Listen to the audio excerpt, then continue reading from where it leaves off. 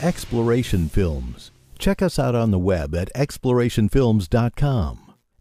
So in the fall of 1971, I went to Baylor in Dallas and gave my first lecture.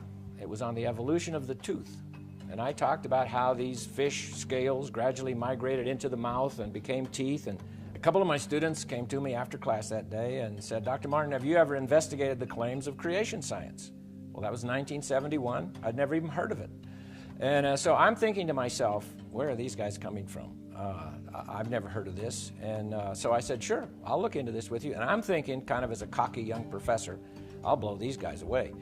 Well, they asked me to start studying the assumptions that the evolutionists make. And in all my years, 8 years of scientific education, I had never had a single professor tell me about an assumption. And so we started looking at the assumptions, and I began to realize they're making some claims here that really the assumptions aren't valid. And then they asked me to start studying some animals and see if I thought that animal could evolve. Well, the first thing that we really studied together was this little bug called a Bombardier beetle. And this little insect, it's about a ½ inch long, and it mixes chemicals that explode.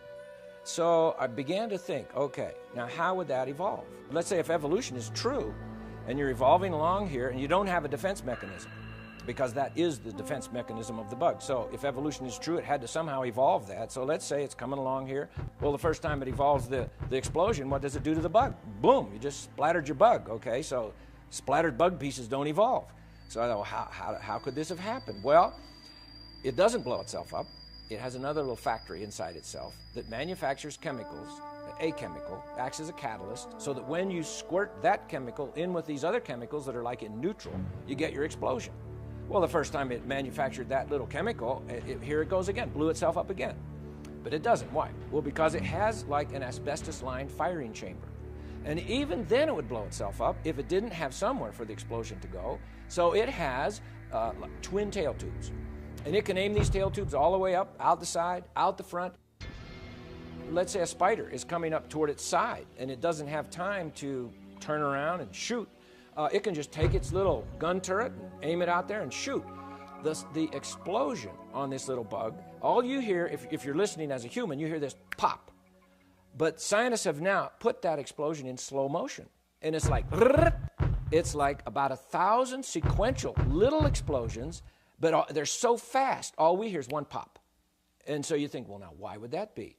Well, that was a curious thing for the scientists that study this little bug. A lot of them are at Cornell University, some other places. And what they discovered was that if it was just one big pop, the little bug, if he's shooting like a spider, let's say over here, and he goes bang and shoots it, he's going to pop himself right out of there. It's like lighting a burner on a jet engine. So he's out of there. But as long as it is a sequential explosion with his little legs, he can hang on. How would evolution explain a sequential explosion?